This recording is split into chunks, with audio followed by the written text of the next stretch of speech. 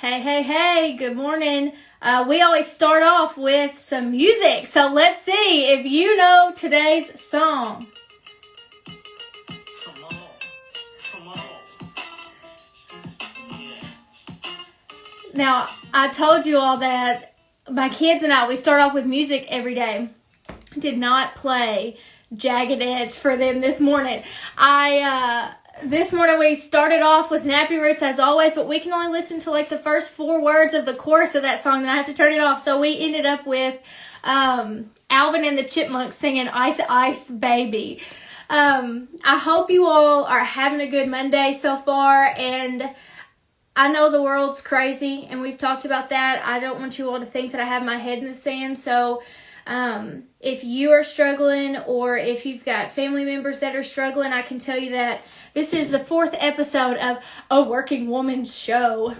I don't know why I said it that way, but A Working Woman's Show, and you all have to know that anything that I spend my time doing, like, I take it very seriously. I don't say yes to anything anymore. I think about it. I put it in my list whenever I lay down the law, like, where does this fit? And so as I'm thinking about you all every day, as I go back and I'm looking, I use Instagram for business. As I'm looking at all of the insights and seeing who's watching, I'm thinking about you all, thinking about what you're going through. And honestly, I'm just praying that the Lord would use this in order to help someone. So I hope that you're having a good Monday. I'm here. I'm your biggest cheerleader, but today we are going to talk about a few things. So, if you are listening to this at work, let me tell you where we're going to head. We're going to talk about girl stuff first off, and then we're going to talk about something that sort of came up this morning, and it was thinking about being friendly at first glance. And then the more that I thought about that, we're going to talk about being friendly in the fire. Like when things are crazy and you're not getting along with somebody at work, we're going to talk about some things that we can do about that in order to help both sides get to a better place. But first, if you go back, I'm putting all of these on YouTube. So there's 3 of them on YouTube so far. And you can see in 2 out of the 3, now it's about to be 3 out of the 4, I'm wearing the exact same shirt, but a different color. Half sleeve, a little ruffle here, crew neck. I don't know about you, but I'm all freckly and sun damage right here. So I love like a high neck. And this shirt, I have it in so many colors. It's from Amazon, from some store called, don't throw stones at me, Sheen or Shine. I've tried to look it up, but maybe I'm just old. I don't know exactly how to say that. But it's like a $20 shirt, and so I've bought it in every color so I can try to match clients. So if you're looking for easy work wear, something cheap, something that will come out of the dryer with no wrinkles, that's the life I live. These cheap little shirts are the bomb. If you see a fly flying around, I didn't wash my hair after I got done exercising, so I think I'm a little funky attracting flies. Okay, enough of that. Okay, let's talk about friendly at first glance. So the more that I travel outside of my small town of Western Kentucky, where it seems like everybody knows everybody, I've noticed that, and this isn't a surprise, but, you know, people aren't as friendly, especially, or I don't perceive them to be friendly at first glance as much as I do here in my small town. I'll give you an example of exactly what I'm talking about, because if you're from a big city, I don't want you to think like, this girl is coming in hot, throwing shade right off the bat. Hear me out. One thing that we do here is wave. Like most of the time, if you pass somebody on the road, I'm looking out here, I've got I don't know if it's a highway, whatever it is. There's a busy road out here out my window. If you pass somebody on the road, or if you're out walking or something, everybody, just as you're passing, just waves. They just throw the hand up there. And I don't know about you, I would love to know about you, but if I pass somebody and they don't wave, it makes me feel like maybe they're not being friendly. Now, as soon as I say that, I'm thinking about myself whenever I'm distracted with kids or my phone or whatever else is going on in the car. Maybe I'm just in my thoughts and I'm not paying attention, but I believe and I love that, starting off with that planner, like, what am I going to focus on this week? One thing that I'm going to focus on is being more friendly at first glance. Do you know, if I say RBF, do you know what that is? Resting face. There are memes of that go around, and people like laugh and joke, like, I have this. I can't change this about myself. But when we're talking about on a Working Woman show, like being a better leader of yourself, being a better leader of the people around you, whether it's your coworkers, whether it's people on your team, whether it's your family, or whether it's strangers, like, as women, as leaders, as professionals, can we focus this week on being more friendly at first glance? Whenever I was working in corporate America, I don't know about you, but on Mondays, I would come in like ready to hit the ground running with work, laser focused on whatever I needed to get done. And I would probably say that is times 10 now, because working for yourself, I have to make sure that I am 100% available for any client or potential client that may need me. So I've got to come in and hit the ground running. When I was in the workforce, I would come in, especially first thing on Monday mornings, and I would go straight to my office and just start working. And I wouldn't think, in my mind, I was trying to come in and check things off the list, which is a good thing, right? But what I found, and I heard it through the grapevine, y'all know how that is that there was one person in the office who thought that Alyson Van Hooser was just rude. She never came in and said hi to anybody in the morning. She just came in and shut her door. No telling what she's doing in there. I heard all of this through the grapevine. And it's funny, isn't it, how people form opinions without understanding both sides? So for me, I was thinking, there's so much to do. I want to come in and make sure I'm really productive right off the bat so that I'm flexible the rest of the day. For other people, it felt like I was being rude. One thing I've had to do, and it took me a while, was I guess you could say, like, get out of my own way, because what I wanted to do was come in and get to work.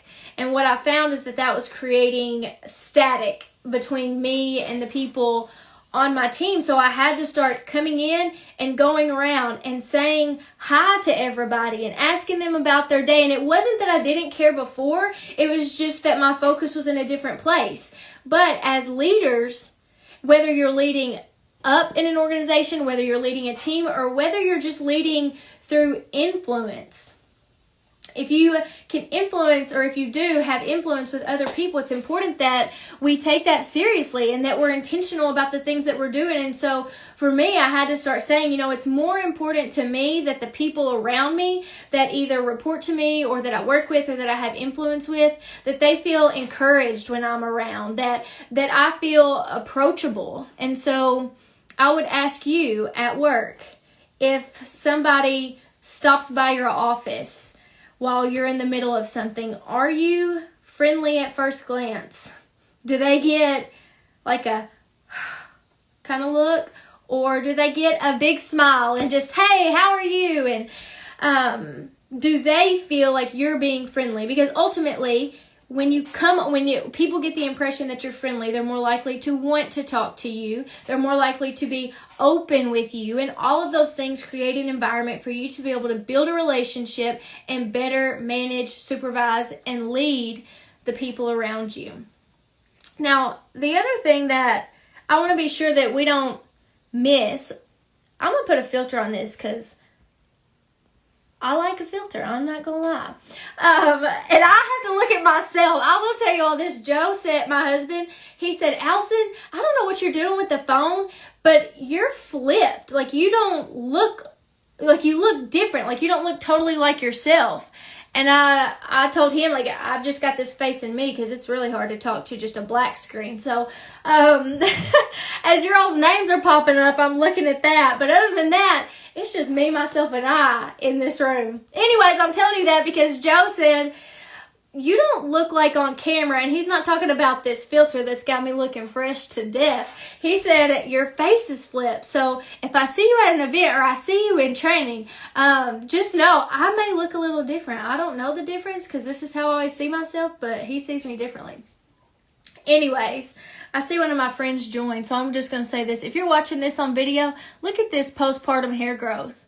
Do you have that? If you have it, send me a text message. Send me a message because mine is crazy. I'm getting a whole new hairline. Y'all didn't come here for that. Do you all follow, if you all are on TikTok or on Instagram, there's an account called Pinky Patel. Something like that. Megan says wispy.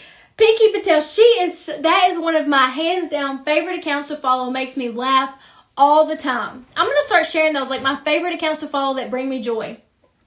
But she'll be talking about something and then say, y'all didn't come here for that. So, I heard that from her. So all the credit to her. Pinky Patel. I don't know the rest of it, so don't hold that against me.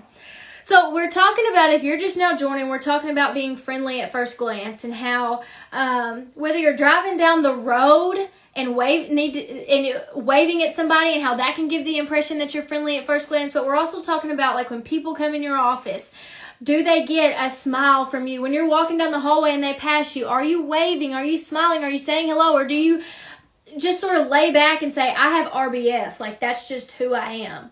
Because I believe that if we want to be a better leader, we need to be intentional about everything that we do. Does that mean that I'm perfect? Does that mean that if you pass me on the road, I'm going to wave every single time? No, but it does mean that I'm trying. And that's what we're going to start talking about really quickly. Not really quickly. I'm going to give you all a process when we talk about being friendly in the fire.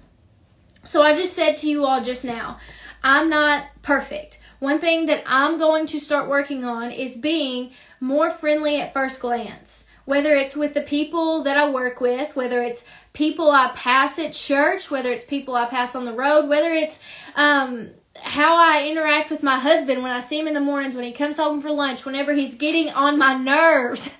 Am I being friendly at first glance? And I'm going to work on it. Now, the reason I tell you like I'm not perfect and I'm telling you that I'm trying to be more intentional is because when we talk about being friendly in the fire, it's easy to be friendly whenever everything's going great, right? If you wake up and the sun is shining and you've got all your kids' stuff in order and drop off goes well and you get to work and you don't have a ton of stuff waiting on you, like it's easy to be friendly when all of that's happened. But what's really hard and what is a character builder and what stands out to the people around you is when things go crazy and you're still steady. Like you are still friendly no matter what kind of chaos is going on, no matter how wrong McDonald's gets your order, whatever it is, you're still friendly. Your people need to be able to count on you to show up in a certain way. It makes them feel comfortable to approach you and even make mistakes. So let's talk about this. If we're talking about being more intentional about being friendly and when things go wrong, what can we do? How can we still be friendly in the fire? I want to talk about apologizing for a moment. So one thing that I believe to my core is that leaders need to be more vulnerable.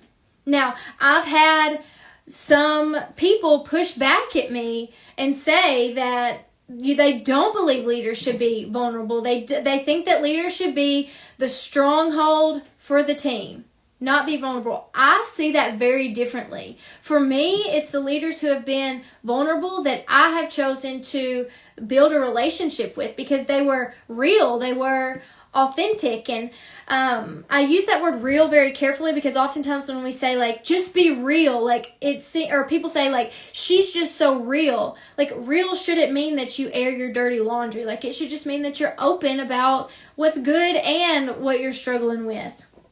So I'll tell you first off, there are all things that we're going to struggle with as leaders, as we lead ourselves, as we lead our team. And when we talk about being friendly in the fire, like maybe you're somebody that it's easy for you to keep your cool all the time.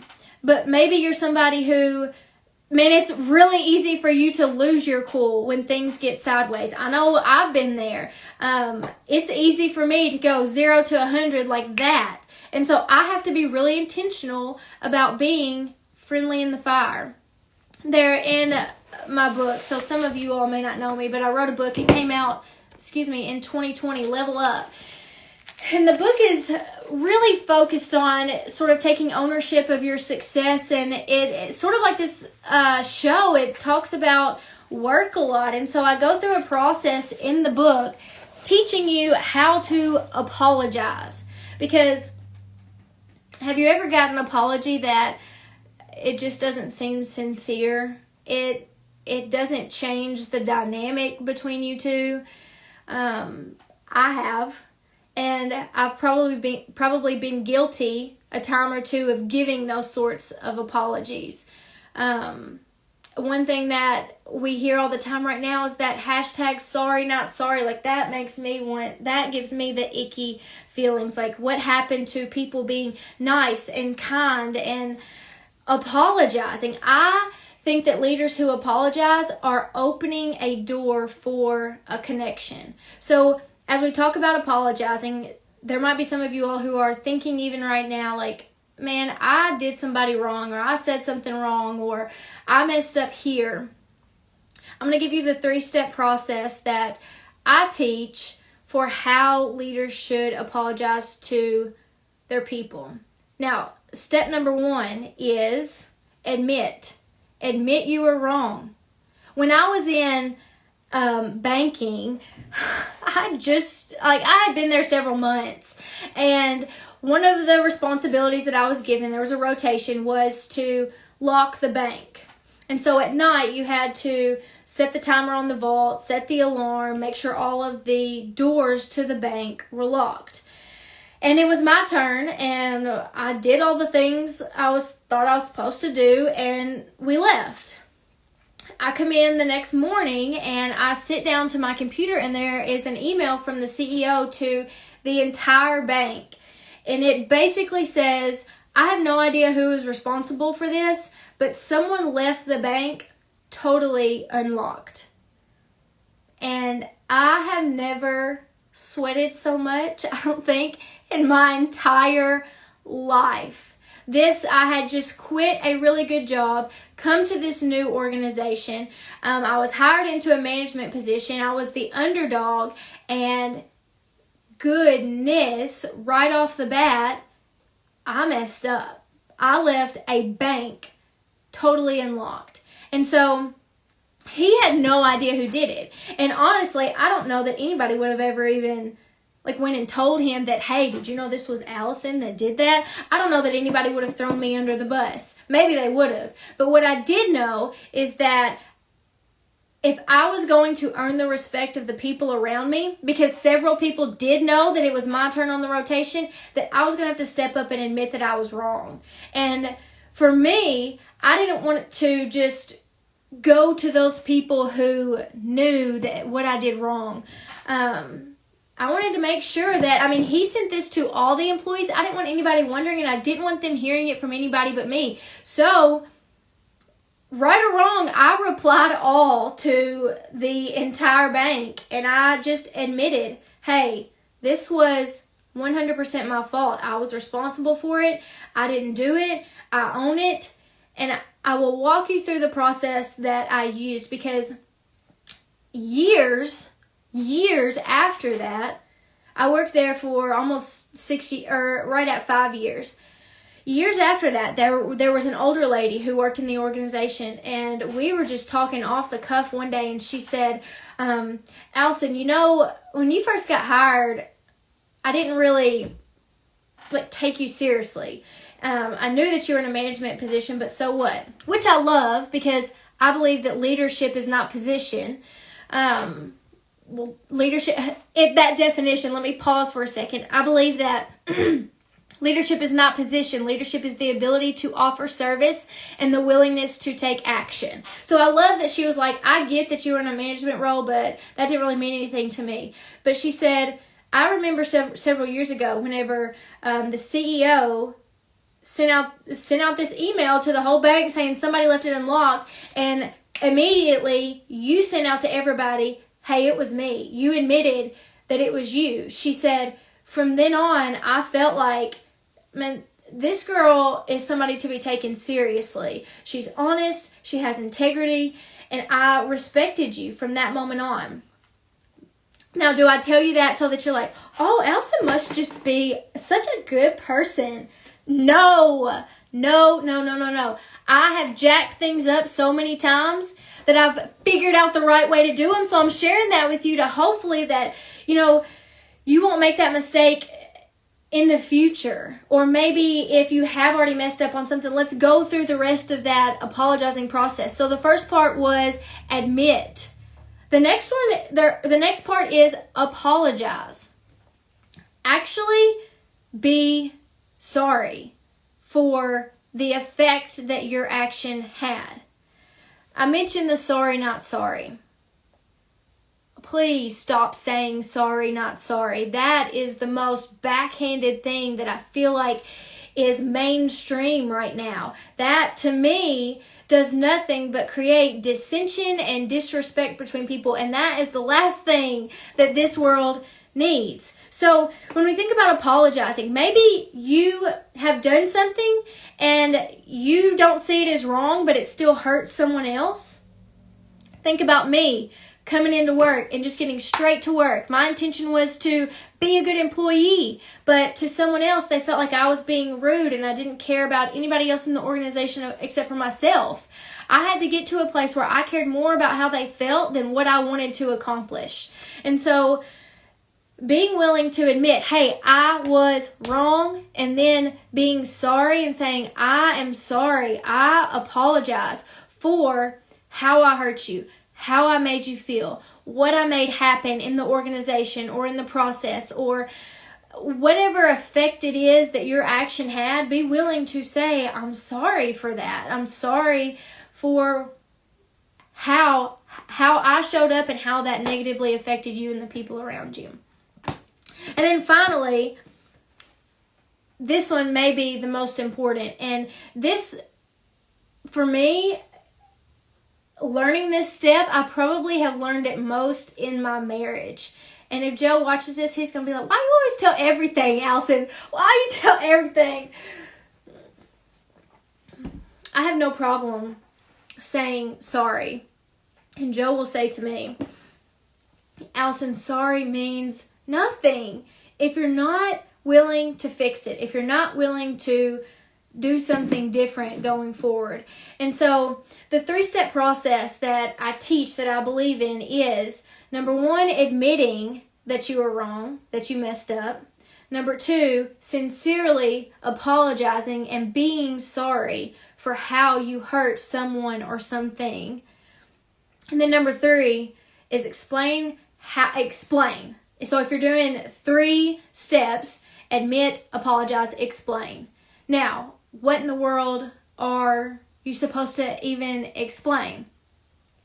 Number 1, explain how you even got here in the first place. How did you get to a point where you messed up? So let's use that banking example. How did I get to a point where I forgot to lock the bank? Number 1, I wasn't familiar enough with the procedures. I didn't go through my head. I didn't create my own procedure to make sure I didn't miss anything. And then number 2, I was distracted talking with the tellers and the other people who were there wrapping up for the night. That's where I went wrong. And then the second part of that is how you're going to fix it. So for me, how I was going to fix that was, number 1, admitting to everyone that I did it so that there was no unknown. And the other part of that was I was going to make sure that this didn't happen again by whenever I had the responsibility of closing up the bank, I was going to set an alarm on my phone that would go off right before I had to lock the door so that I wouldn't forget anymore. I could set it up on a certain day, a certain time, and I would make sure that this didn't happen again. And then whenever I apologized to everybody, I had to tell them all of that. I had to tell them, this is how I got to that place, and this is my plan. Excuse me, I just spit. This is my plan to fix it. And so even in my marriage, when I think about what have Joe and I argued about recently, probably me being, I'm too open, but probably me being a hothead too much. How am I going to fix it? I'm going to start going back to ways that I know help me relieve stress. I'm going to start unfollowing things on social media that create negativity in me. I'm going to start pausing before I say anything. All of these things, that's how I'm going to fix it. And what happens whenever you start saying, like, this is how I'm going to fix it? You create accountability. So if you have a team and there's all this mutual respect and you say, I was wrong. Here's how I got here. Here's how I'm going to fix it. What happens is you don't lose respect. You build accountability. If people see that, you're humble enough to say, I'm not perfect, and that you're trying to do better, people will be more likely to forgive you and come alongside you and help you become better. So if Joe sees me trying to pause before I say something, then he's going to be more likely to be patient with me, and he's going to be more likely to be forgiving if I still mess things up whenever I'm not perfect. So I hope today that maybe there's nothing you need to apologize for. And I hope you never have to apologize for anything. I hope that from here on out, you're perfect. But for me, that's never going to be my story. I'm an imperfect human being. But as a leader, if we can be more intentional about the way we show up. If I say, fess up to fail up. If you're intentional about, even when I mess up, I'm going to use this in order to earn the respect of the people around me, to increase accountability on my team, then you're going to end up in a much better place. So, episode 4, A Working Woman's Podcast. How can we be friendly at first glance and friendly in the fire when everything's going wrong? It's my hope that from today going forward, that people would see you as a friendly face, that you would be more approachable, and that you would inspire the people around you to be better than they were yesterday as you lead them. I hope you all have an amazing week, and I'll see you back tomorrow. Bye, guys.